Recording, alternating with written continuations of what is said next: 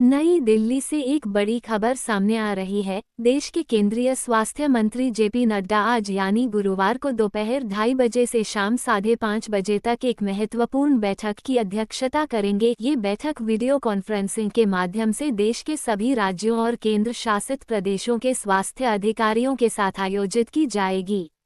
इस उच्च स्तरीय बैठक में दो मुख्य विषयों पर चर्चा होने जा रही है, जिनका सीधा संबंध देश की स्वास्थ्य सुरक्षा और नीति से है। पहला मुद्दा है देश को टीबी मुक्त बनाने का मिशन। भारत सरकार ने पहले ही यह ऐलान कर दिया है कि वह वर्ष 2025 तक देश से ट्यूबरक्लोसिस टीबी को पूरी तरह समाप्त करने का लक्ष्य लेकर चल रही है। इस दिशा में केंद्र लगातार कई कदम उठा रहा है।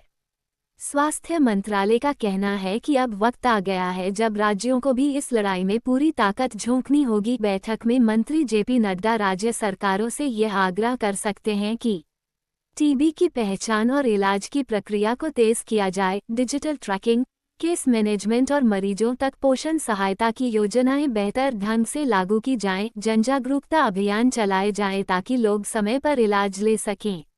ये बैठक केवल आंकड़ों की समीक्षा के लिए नहीं बल्कि एक्शन प्लान पर बात करने के लिए बुलाई गई है। दूसरा अहम मुद्दा है प्रधानमंत्री आयुष्मान भारत स्वास्थ्य अवसंरचना मिशन (PMABHIM) की प्रगति। इस योजना के अंतर्गत केंद्र सरकार देश भर में नई हेल्थ फैसिलिटीज जैसे क्रिटिकल केयर हॉस्पिटल्स और डायग्नोस्टिक लैब्स तैयार कर रही है। जिला और ब्लॉक स्तर पर स्वास्थ्य प्रणाली को मजबूत किया जा रहा है।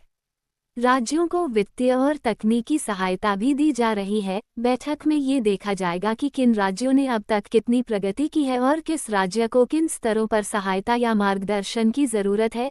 इस मीटिंग का मकसद है कि केंद्र और राज्य सरकारें मिलकर देश की स्वास्थ्य व्यवस्था को इतना मजबूत करें कि कोई भी व्यक्ति इलाज से वंचित न रहे। हर राज्य में सुविधाएं समान रूप से पहुंचे।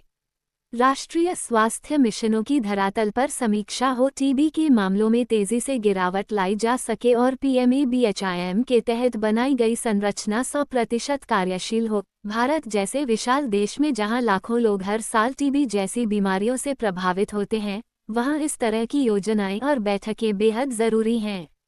अगर ये योजनाएं समय पर और सही ढंग से लागू होती हैं, तो आने वाले वर्षों में भारत को स्वस्थ भारत बनाने का सपना जरूर साकार हो सकता है।